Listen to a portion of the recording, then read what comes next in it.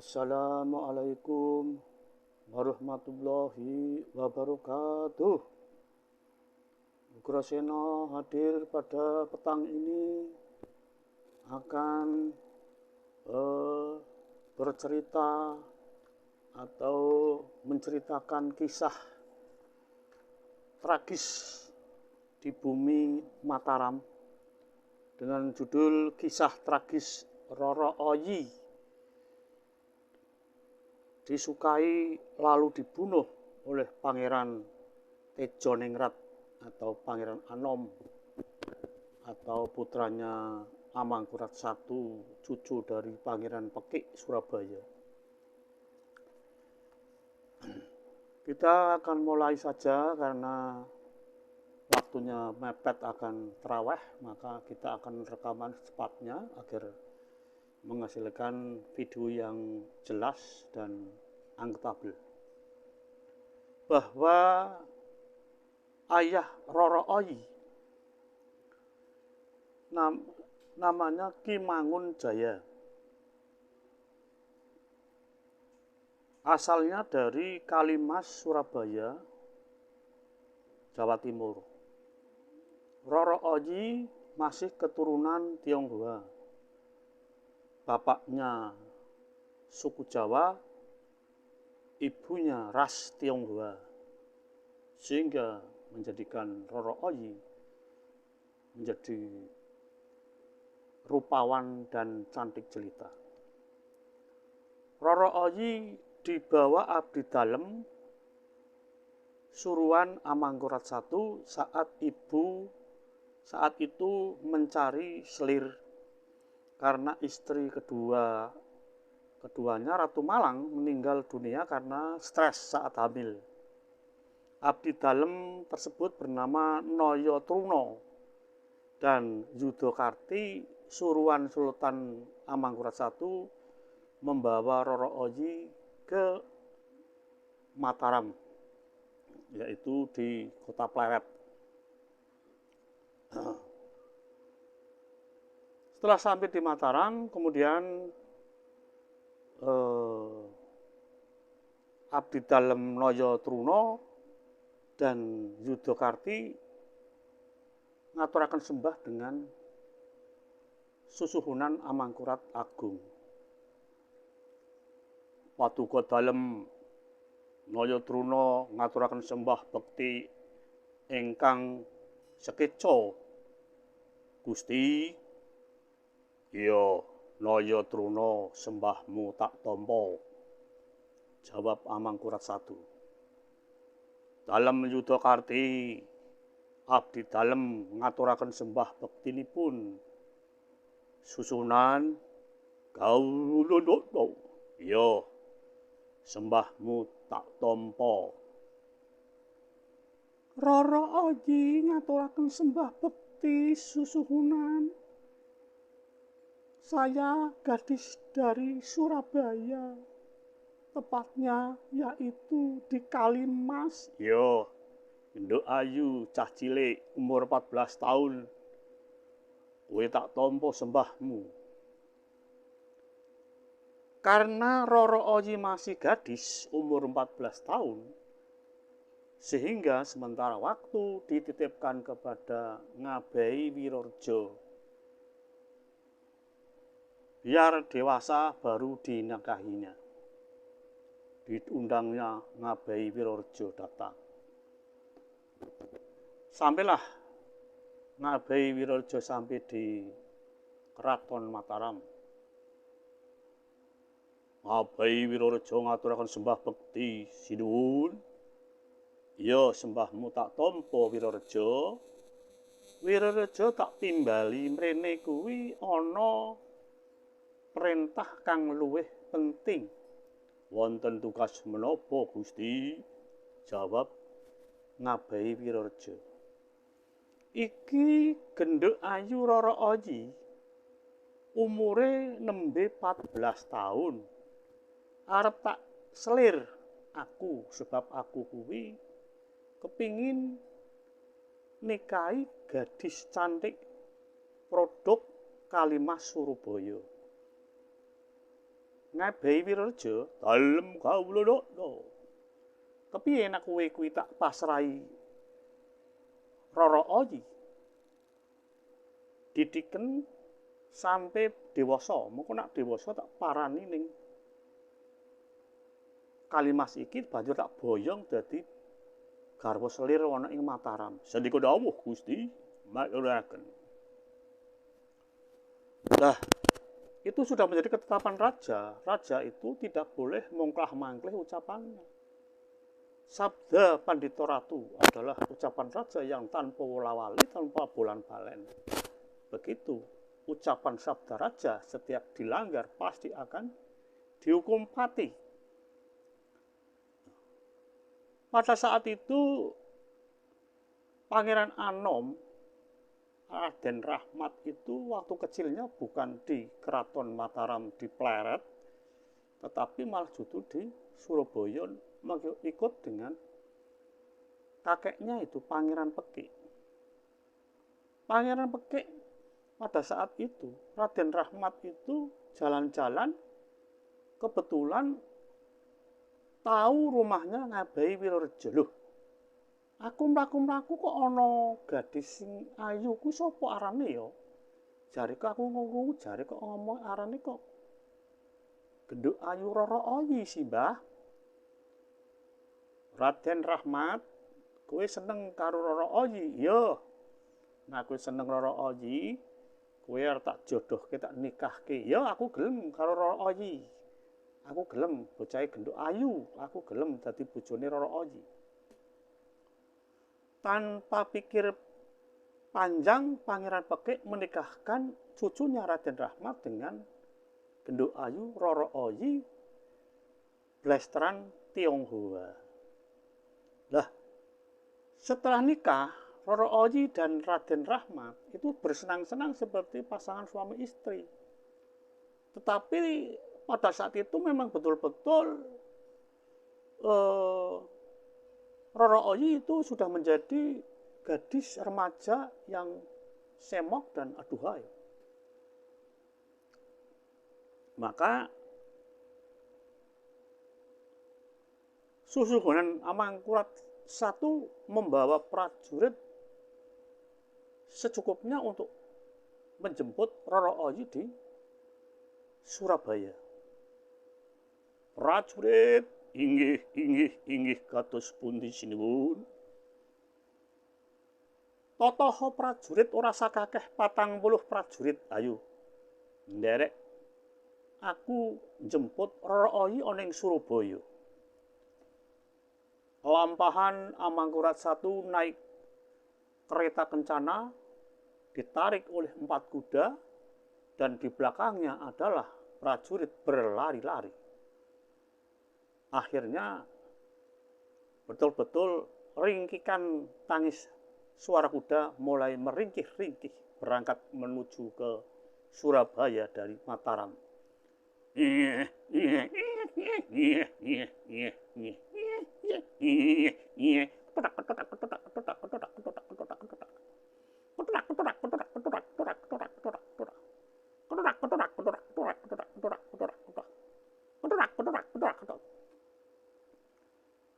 Amangkurat I berangkat menuju ke Surabaya dengan lewat Madiun.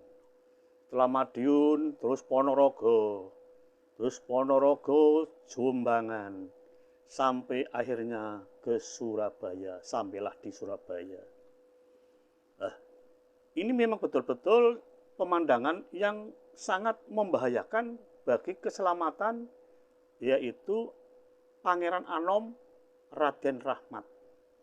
Pada saat ayahnya Amangkurat I datang dari Mataram menuju ke Surabaya, ini memang betul Rara Oyi dan Raden Rahmat masih bersenang-senang.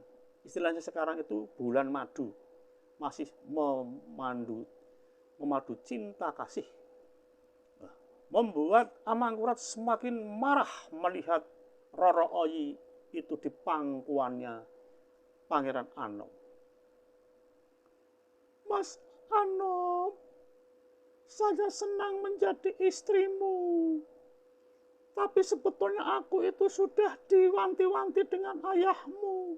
Sinuwun Amangkurat I, saya akan dijadikan garwa selir. Bagaimana nanti kalau ayahmu datang menjemputku kemudian marah-marah?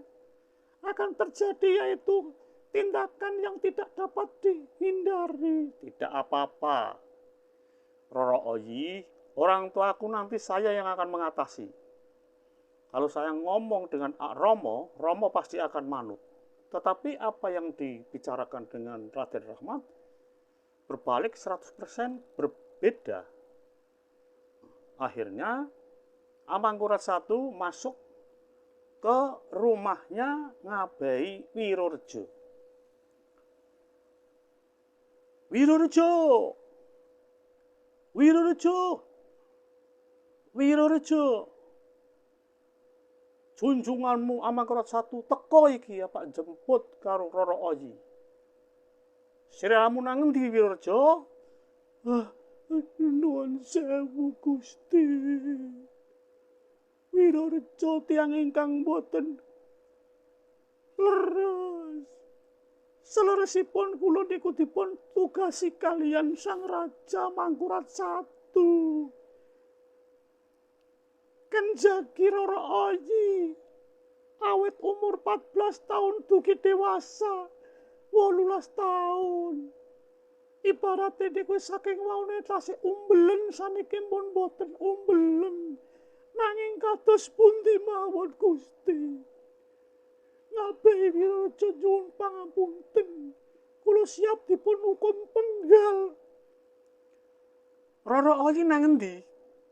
Roro Oyi sampun dipun dhawuh kalian putranipun wayah panjenengan. Pangeran Anom Raden Rahmat. Kurang ajar. Dasar Ngabai wong ora bener iki. Ngabai Wirorejo. Kula kowe tak utugasi tak perintah ora bener, mula kowe saiki tak hukum buang. Akhirnya Ngabai Wirorejo dan keluarganya dibuang ke luar Jawa dan hidup sampai meninggal dunia. Kemudian Pangeran Pekik akhirnya juga kena marah. Rama martuwa Pangeran Pekik nggih kados pundi sinuwun. Bisane piye kok ngenti? Pangeran Anom ngawin karo calon selingkuh Kanjeng Rama mertua. Lah wong Pangeran Anom nyuwun piyambak seneng kalian Roro Oyi kados pundi mawon Gusti. Saiki gini, aku ora mandeng maratuwa. Pangeran Pekik, sliramu bakal tak hukum pati. Prajurit, jo, tangkap Pangeran Pekik. Kemudian cukup penggal. Aduh Gusti, kula badhe dipun hukum penggal. Disinilah akhirnya Pangeran Anom melihat sendiri kalau kakeknya itu dihukum penggal oleh orang tuanya sendiri Amangkurat I. Kemudian tinggal yang akan dihukum lagi yaitu Pangeran Anom. Kula Raden Rahmat dalem sinuwun Kanjeng Rama, kula nyuwun pangapuntenipun. Mbok belawi kula gadah keselapatan, kula nyuwun dipun ampuni Kanjeng Rama. Kowe wis salah. Kowe wis salah, kowe kuwi berarti ngerampas calon selirip Rama. Roro Oyi kuwi duwekku dudu duwekmu. Mula kowe tak perintah kudu bisa mateni Roro Oyi. Dipun pejahi. Iya, aku kepengin weruh awakmu bisa membunuh langsung Roro Oyi. Ning ngarepku, nek kowe wis bisa mateni Roro Oyi, kowe mengko bakal tak aku anak mahkota maneh. Tapi nek kowe ora bisa mateni Roro Oyi, kowe tetep tak hukum, tak buang, ora bakal ngganti Raja Rama. Ya, Roro Oyi, iya Kang Mas. Dengan kerendahan hati, Kang Mas akan tega akan membunuh kamu atas perintah Kanjeng Romo. Jika kakak ada kesalahan, saya mohon maaf, dimaafkan ya. Iya, ndak apa-apa, saya siap untuk dibunuh agar kelak saya menjadi perlambang bahwa cintaku dengan Kanda akan dibawa mati selama-lamanya. Akhirnya Pangeran Anom Raden Rahmat mencabut kerisnya. Akhirnya Dewi Roro Oyi ditusuk jantungnya, langsung jatuh dan meninggal. Roro Oyi tanpa nono keris pati ini Roro ya, aduh meninggal aku Kang Mas. Tidak apa-apa, saya mati demi cintaku kepadamu.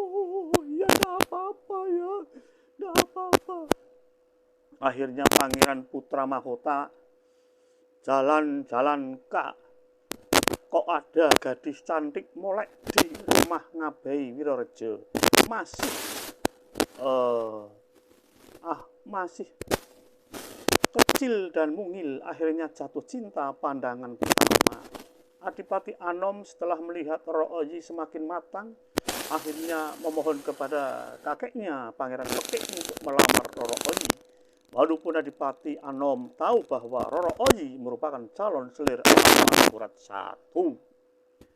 Ngabai Wirorejo akhirnya tidak tahan tekanan dan Pangeran Pekik, akhirnya Roro Oyi diserahkan kepada Pangeran Pekik, kemudian dinikahkan dengan cucunya. Kelanjutannya yaitu Amangkurat I dengan membawa prajurit secukupnya untuk mengambil selirnya Roro Oyi.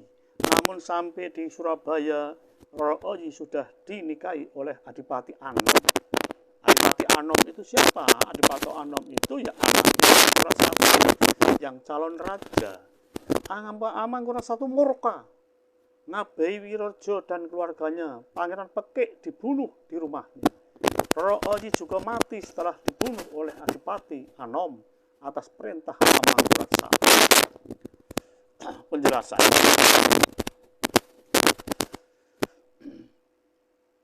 Ini perlambang bahwa Amangkurat I ini memang memerintah menjadi raja itu lama sekali, 32 tahun.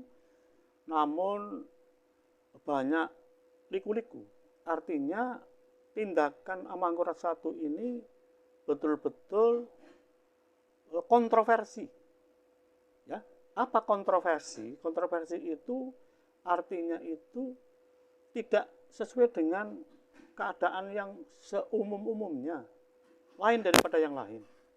Tetapi Amangkurat I, walaupun tindakannya itu keras, namun itu adalah yang akan melahirkan yaitu keturunan-keturunan Raja Surakarta dan Raja Yogyakarta. Karena Amangkurat I melahirkan yaitu Pangeran Puger.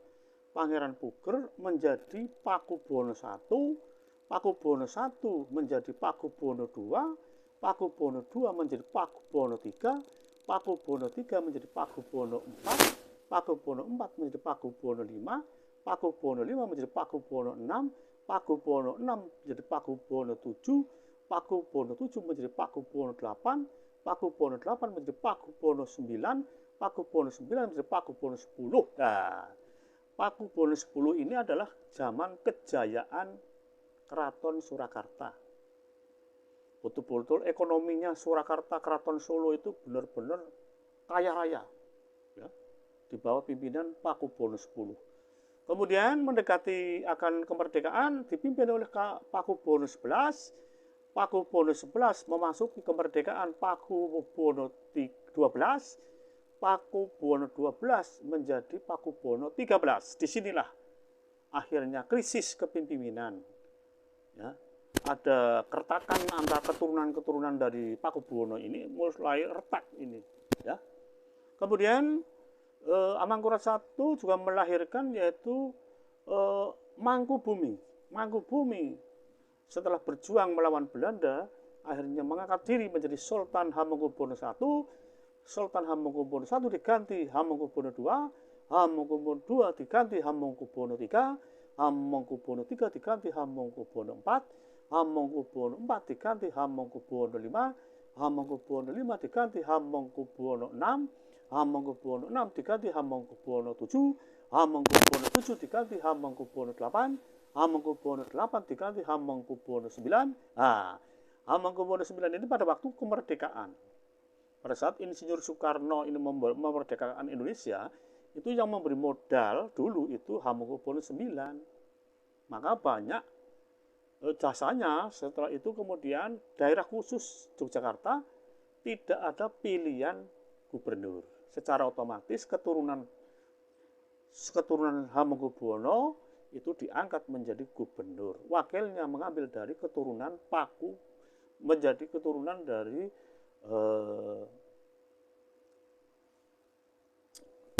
yang satu lagi itu loh.